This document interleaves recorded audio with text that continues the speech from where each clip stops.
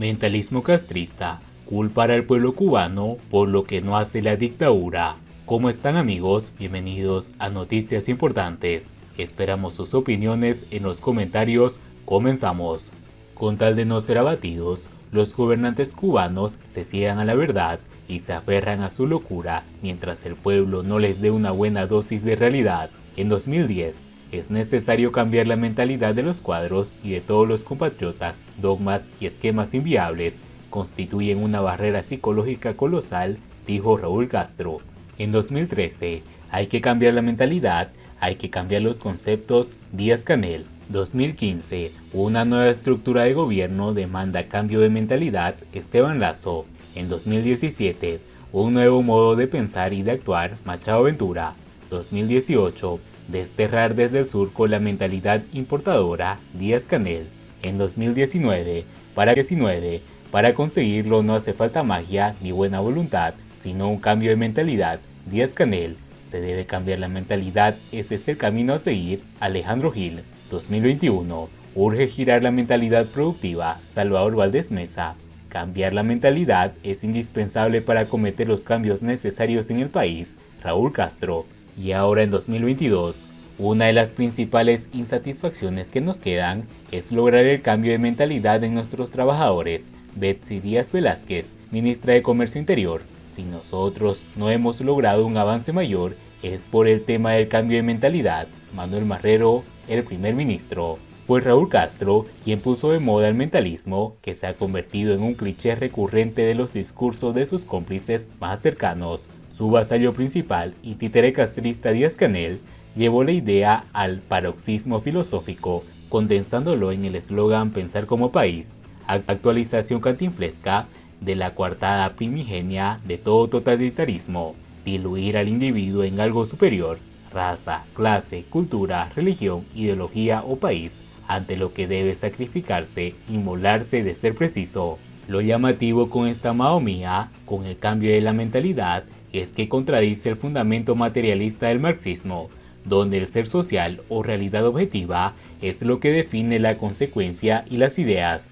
En purismo marxista, un cambio de mentalidad es un epifenómeno, un efecto de una transformación objetiva de normas, procedimientos, dinámicas y regulaciones.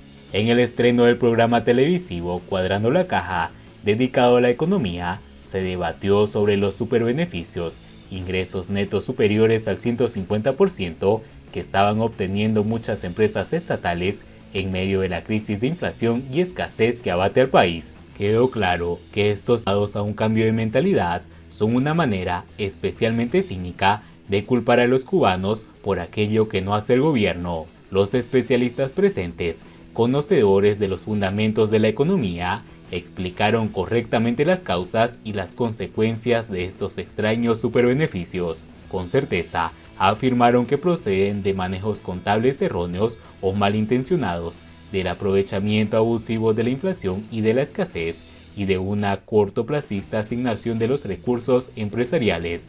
También diagnosticaron con acierto que estos superbeneficios conducirían a un aumento injusto de la desigualdad social, a descapitalización empresarial, a carencias en inversión en I+D y a una mayor inflación y presión sobre el déficit fiscal. El problema llegó cuando tuvieron que referirse a cómo solucionar estos superbeneficios, pues ahí les cayó la ciencia al piso y les montaron los espíritus de Fidel Castro y del Che. La conclusión unánime fue que se necesitaba más conciencia y compromiso con el socialismo, un cambio de mentalidad.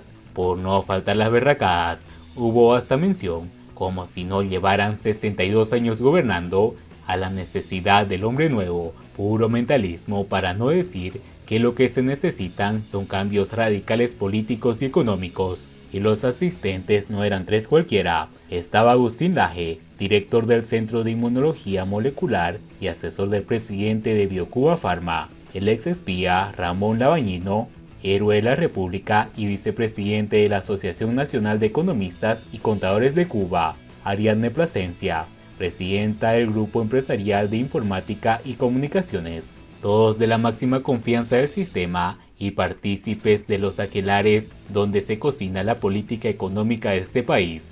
hasta el más incompetente de los doctores en marxismo que aún pueblan las universidades cubanas, sabe que el gobierno tiene que cambiar la realidad primero para que luego cambien las ideas, no al revés. Por lo tanto, que desde el gobierno lleven más de una década diciendo constantes llamados a un cambio de mentalidad sin que ésta finalmente suceda, es la mejor prueba de que las reformas hechas hasta ahora son, como mínimo, muy insuficientes para darle un vuelco a la desesperada situación del país.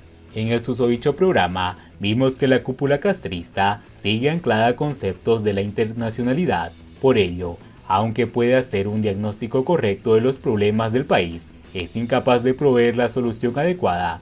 Primero, porque tiene miopía ideológica. Segundo, porque le convienen las cosas como están.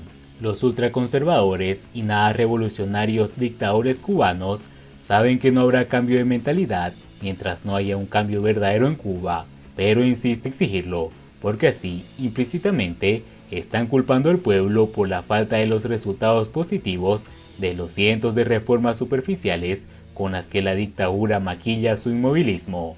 Siguiendo con las noticias, el turismo a Cuba crece con respecto al año pasado, pero no al ritmo que quiere el gobierno. La mayoría de las habitaciones construidas, mientras los hospitales colapsan en medio de la pandemia, seguirán vacías. El arribo de viajeros internacionales a Cuba entre enero y mayo subió un 640% en términos interanuales, al sumar en esos 5 meses 564.847 visitantes, reportó la agencia EFE, a partir de una información publicada el día viernes por la Oficina Nacional de Estadísticas e Información de Cuba, ONEI. La cifra incluye los viajes de negocios y los desplazamientos por motivos personales y no solo los turistas internacionales. Según el informe, los canadienses son los que más visitaron Cuba en lo que va de 2022, 182.733, seguido por los cubanos residentes en el exterior, 121.285. En ambos casos, la subida con respecto al mismo periodo del año pasado estuvo por encima del 1000%. El gobierno cubano confía en recibir este año unos 2,5 millones de visitantes, lo que supondría, según sus estimaciones, una inyección de 1.159 millones de dólares en divisas vitales para su economía. Sin embargo, como señala el economista Pedro Monreal en Twitter, quedarán aproximadamente 2 millones de visitantes pendientes para poder arribar a esta meta oficial. De mantenerse el promedio mensual de visitas alcanzado en lo que va de 2022, casi 113.000 visitantes por mes, Cuba solo recibirá a poco más de la mitad del plan, 1.300.000 visitantes. Monreal explica que la llegada de visitantes internacionales a Cuba se redujo un 12,2% en mayo, como reflejo principalmente de la contracción del 32% en los visitantes del mayor emisor, Canadá. El economista aclara que este bajón se corresponde con el movimiento cíclico habitual del arribo de turistas a Cuba. El turismo representa la segunda mayor partida del Producto Interno Bruto cubano, PIB, y es además la segunda fuente más importante de divisas extranjeras. El sector turístico estatal prevé concluir este año con 84.906 habitaciones hoteleras, un 5,7% más que el ejercicio previo. Esto debido a que el gobierno cubano invirtió casi 1.500 millones de dólares en los últimos 2 años, incluso si llegaran los 2,5 millones de turistas planificados para 2022. El economista cubano Pedro Monreal dice que buena parte de esas habitaciones serían innecesarias. El panorama no parece nada halagüeño para el turismo cubano. Monreal señala que los datos publicados por la ONEI demuestran la evaporación del turismo ruso y el consecuente veto a una parte del espacio aéreo global a las aerolíneas rusas. Y bien amigos, así vamos terminando las noticias importantes del día de hoy. Por favor, nos ayudarían mucho compartiendo las noticias y así poder informar a muchas más personas de la verdadera realidad en Cuba. Patria y vida mis hermanos, nos vemos en el siguiente informe.